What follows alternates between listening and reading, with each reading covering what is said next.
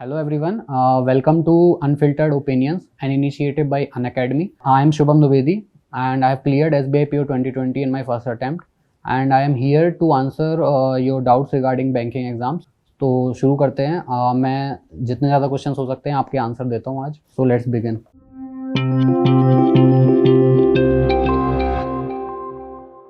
So first question is, there are so many bank exams throughout the year.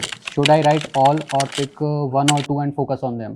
So इसके लिए मैं बोलना चाहूँगा कि you should write all of the exams and you should try to clear all the exams in one go. आपकी preparation इस level पे ले जाइए कि वो एक लेवल में सारे एग्जाम्स आपके क्लियर हो जाएं। तो आपका टारगेट ये होना चाहिए कि मैं सारे बैंक एग्जाम्स दूंगा। Second question is work experience before the bank job helpful? I think आपको थोड़ा बैंकिंग अवेयरनेस में थोड़ा बहुत हेल्प कर सकता है। बाकी आई डोंट थिंक कि अगर कोई को एक्सपीरियंस नहीं है तो उसको डिसएडवांटेज रहेगा, ऐसा कुछ भी नहीं है। आपको थोड़ा बहुत हेल्प मिल सकता है but without that you can do it. Third question is, should I start my preparation from very basic और directly start with banking exam centered resources? I think you should start your preparation from basics and you should try to clear your basic concepts for each and every subject and that will help you in both pre and mains exam. Fourth question is how to make basics like calculation strong. इसके लिए मैं बोलना चाहूँगा कि अगर हम daily basis पे practice करेंगे कैलकुलेशंस की, वो हम कर सकते हैं like if we solve simplification series and coordinate equation on a daily basis and that will help you to increase your speed and also to increase your calculation speed. और हाँ, mock भी हम जब रेगुलर देने लगते हैं ना तो हमारी कैलकुलेशन स्पीड काफ़ी हद तक इम्प्रूव हो जाती है। So fifth question is how to avoid silly mistakes. तो इसके लिए तो मैं बोलना चाहूँगा कि जो हम मॉक्स देते हैं ना डेली बेसिस पे या जिस भी बेसिस पे हम देते हैं, और जब हमारा एक मॉक में फ्रीक्वेंसी सेट हो जाता है तो वो सिली मिस्टेक्स हम उसके थ्रू रिमूव कर सकते हैं। हम उसमें ढूंढ सकते हैं कि हम कहाँ सिली मिस्टेक कर रहे हैं, और एक बार जब हमें पता चल जाएगा कि we are lagging at this point, so उसको हम इम्प्रूव कर सकते हैं मॉक में, ताकि हम वो गलती आगे जाके एग्जाम में ना करें। सो आई थिंक इसके लिए तो मॉक बेस्ट ऑप्शन रहेगा। So next question is, why are so many people writing bank PO exams? तो bank PO exams I think most admired job मैं बोल सकता हूँ, और इसको लोग ज़्यादातर लोग इसलिए लिख रहे हैं क्योंकि what they think is they get a decent salary, perks और अलाउंसेस भी बहुत अच्छे हैं, and even if we look at all the banking culture and everything, तो बहुत अच्छा कल्चर मिलता है जॉब करने के लिए। एंड या this things inspire people to more and more people to write banking exams. Moving on to next question, what resources are considered the Bible for bank PO exams? तो I think any resources which give you entire coverage for each and every subject. Like अगर हम quant के लिए ले लें तो कोई अगर पूरा कोर्स हमें प्रोवाइड करा रहा है, लाइक अर्थमेटिक के लिए अगर हमारे सारे टॉपिक्स कवर हो रहे हैं और हमें प्रैक्टिस मटेरियल प्रॉपर प्रोवाइड करा रहे हैं, और same applies for reasoning. Reasoning में तो वैसे बेसिक्स एक बार क्लियर हो जाएं, then we can move on to practice. And similarly for English we need a daily routine practice. So I think अगर मैं बोलूँ तो Unacademy is the best option. I can say a Bible for banking exam preparation. Next question is GA, Quants, Reasoning और English, which is the toughest section? तो अगर हम particular एक section की बात करें तो लाइक क्वांट को लेते हैं, तो क्वांट में अगर हम मेंस लेवल कंटेंट पे जाएंगे, लाइक मेंस लेवल DI, तो वो थोड़ा टफर साइड पे पड़ता है। और सिमिलरली अगर हम रीजनिंग में देखें तो उसमें भी जो मेंस लेवल कंटेंट है, लाइक मेंस लेवल पजल्स और मिसलेनियस क्वेश्चन जो मेंस लेवल के होते हैं, तो they go on a tougher side. And अगर हम इंग्लिश की बात करें तो इंग्लिश में आई डोंट थिंक कि कोई ऐसा सेक्शन कोई ऐसा पर्टिकुलर क्वेश्चन होगा जो टफर साइड पे जाएगा। If you have a good command and good reading practice I should say, या आपने मेंस लेवल के क्वेश्चन लगा के रखे हैं अच्छे से, तो आपको इंग्लिश में कोई ऐसा क्वेश्चन आपको डिफ़िकल्ट नहीं पड़ेगा। Then I should move towards GA section. तो GA में तो आई डोंट थिंक कि कुछ ऐसा डिफ़िकल्ट है। You need to cover your current affairs for last 6 months, और कुछ लास्ट के 4 मंथ्स को ज़्यादा अच्छे से करना रहता है। एंड अगर आप सेक्शन के बारे में पूछेंगे कि कौन सा टफेस्ट है, तो आई डोंट थिंक कि आपको किसी को टफेस्ट मानना चाहिए। You should prepare equally for them and have command equally on all the sections. So what will happen is you will be able to score well in your mains exam. Moving on to next question, is it possible to score 30 plus in the GA section? Yes, I think it is possible, but depends on कि exam कैसा आ रहा है। Like अगर इस बार का S B I P O का मेंस का एग्ज़ाम देखें तो it was not possible. I think मेरे हिसाब से तो नहीं था, बट हाँ, मोस्ट ऑफ द केसेस में I B P S P O में था इनफैक्ट। तो depends on the difficulty level of the exam. आप अपने हिसाब से प्रिपेयर कीजिए। आप जो भी सोर्सेज फॉलो कर रहे हैं उनको उन पे स्टिक रहिए और try to cover in deep all the current affairs part. So next question is, should we read the newspaper every day for bank PO exams? I think मैंने तो ये किया था और वो एक रेगुलर हैबिट बन गई थी कि रोज़ न्यूज़पेपर पढ़ना ही पढ़ना है। मैंने स्टार्टिंग में क्या किया था कि इंडियन एक्सप्रेस से स्टार्ट किया था क्योंकि द हिंदू डिफ़िकल्ट साइट पे जा रहा था। तो स्टार्टिंग मैंने इंडियन एक्सप्रेस के एडिटोरियल्स पढ़े थे। Then I switched over to the Hindu and तो फिर पढ़ने में इंटरेस्ट भी आने लगा था और धीरे धीरे वो बोर नहीं लगता था। स्टार्टिंग में तो काफ़ी बोर होता था, तो फिर धीरे धीरे उसमें इंटरेस्ट आने लगा एंड वो थोड़ा मतलब खुद से होता था, फिर ऐसे फोर्सफुली नहीं करना पड़ता था।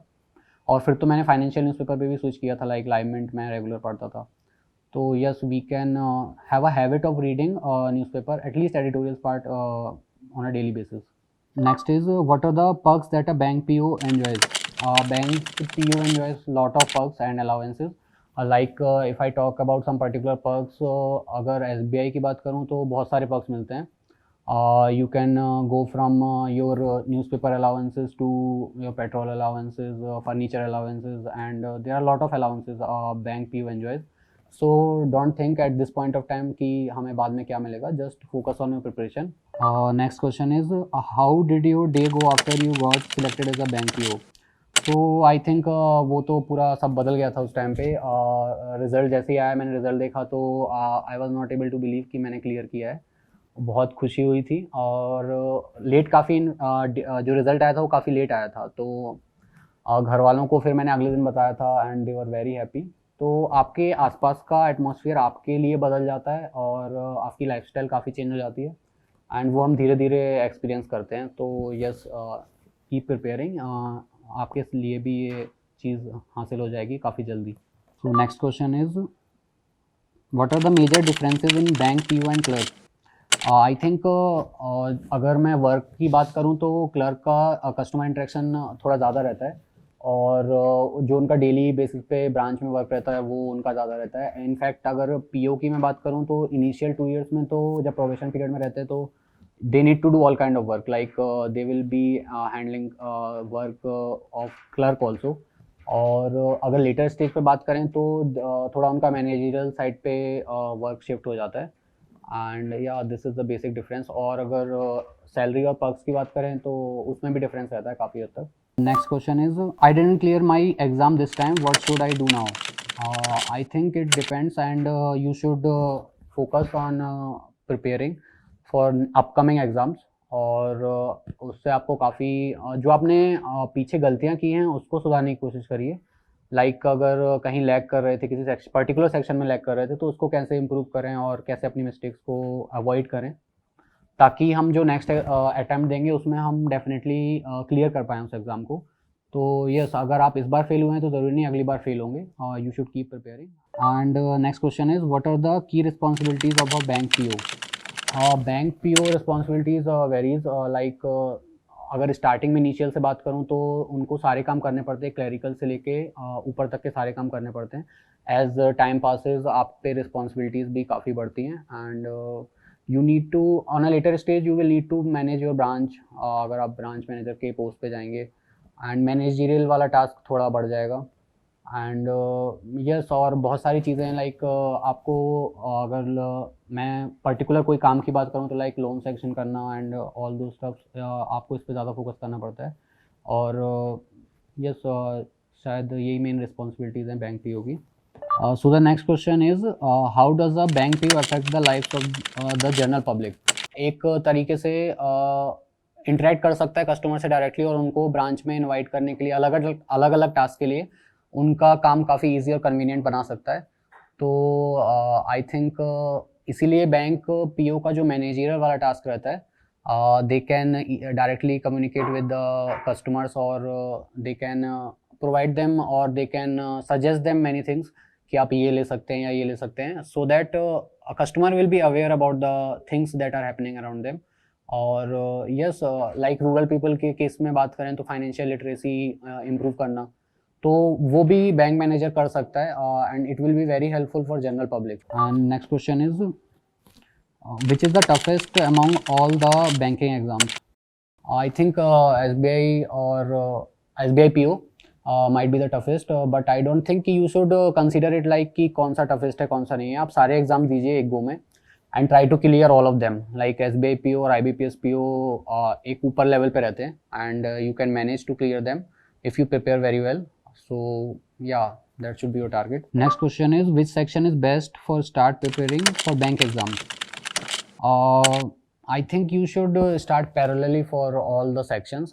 It should not be like this कि आप एक सेक्शन को स्टार्ट कर रहे हैं तो दूसरा सेक्शन आप पीछे छोड़ रहे हैं तो उसमें आप लैग करेंगे कहीं ना कहीं. तो आपको ये इंस्टेड करना चाहिए कि सारे सेक्शंस को इक्वली टाइम देके स्टार्ट करिए और आपको इक्वली सब पे फोकस करना पड़ेगा ताकि एक पॉइंट के बाद आप सब में बराबरी से आगे बढ़ पाएँ.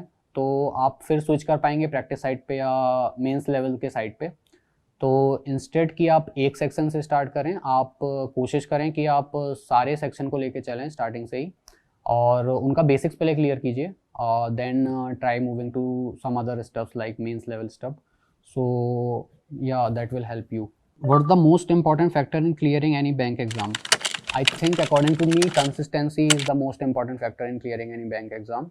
और लोग क्या करते हैं कि जैसे प्रिपेयर कर रहे होंगे बैंकिंग एग्ज़ाम के लिए एंड उनको रिजल्ट नहीं मिलेगा, अगर इंस्टेड उनको चाहिए कि जल्दी रिजल्ट मिले और अगर उनको नहीं मिलता है तो they try to switch to some other stream like SSC की प्रिपरेशन करने लगेंगे या किसी और जगह जाके प्रिपरेशन करने लगेंगे. और उनको क्या करना चाहिए कि कंसिस्टेंट रहें जो भी वो प्रिपरेशन कर रहे हैं और थोड़ा भरोसा रखें, फेथ रखें खुद पे. एग्ज़ाम में रिजल्ट ज़रूर मिलेगा.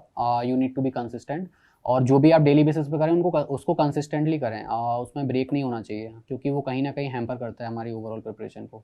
और as a topper what is the one thing that you know and others might not? I think जो मैंने आप सबको चीज़ें बताई जो मैंने सीखा है मेरी प्रिपरेशन के दौरान, ये चीज़ें मैं मानता हूँ कि आप जब कुछ अचीव कर लेते हैं तो आपको बहुत सारी चीज़ें आपकी जर्नी से सीखने को मिलती हैं. I think that's the only difference और वो आप लोगों को भी समझ आएगा जब आप धीरे धीरे रिजल्ट्स को अचीव करोगे कि आप कहाँ गलती कर रहे थे. आप लोगों को बता पाओगे कि कहाँ वो गलती अवॉइड कर सकते हैं, वो गलती ना हो और कैसे अपने रिजल्ट्स को इम्प्रूव कर सकते हैं. So these were all the questions and I have tried answering many doubts regarding banking exams. If you have more such doubt, you can comment down in the comment section. And for more such videos, do subscribe and like our channel. Thank you.